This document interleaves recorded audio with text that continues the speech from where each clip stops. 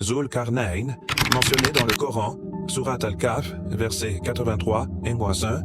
est un roi juste et pieux, un homme à qui Allah a donné sagesse, pouvoir et moyens pour accomplir de grandes œuvres, et il parcourt les extrémités de la terre non pas par vanité ni pour la gloire personnelle, mais pour établir la justice, protéger les opprimés et guider les peuples vers le droit chemin. Il se rend d'abord vers l'ouest, là où le soleil semble se coucher, et il rencontre des populations en difficulté, des gens qui vivaient dans l'obscurité et la peur, et il choisit de les aider avec équité, patience et miséricorde,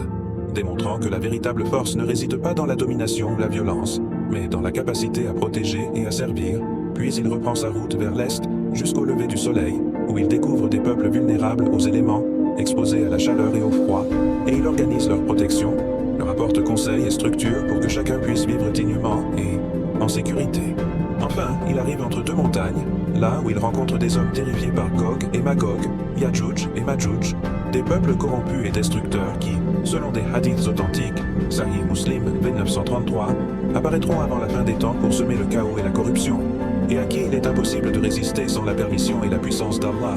Et c'est alors que Zul Qarnayn, guidé par le Seigneur, rassemble du fer et du cuivre, construit une muraille solide et imprenable pour contenir ces forces du mal, déclarant qu'il ne s'agit pas d'une solution permanente, mais d'une miséricorde temporaire, jusqu'à ce que la promesse divine se réalise.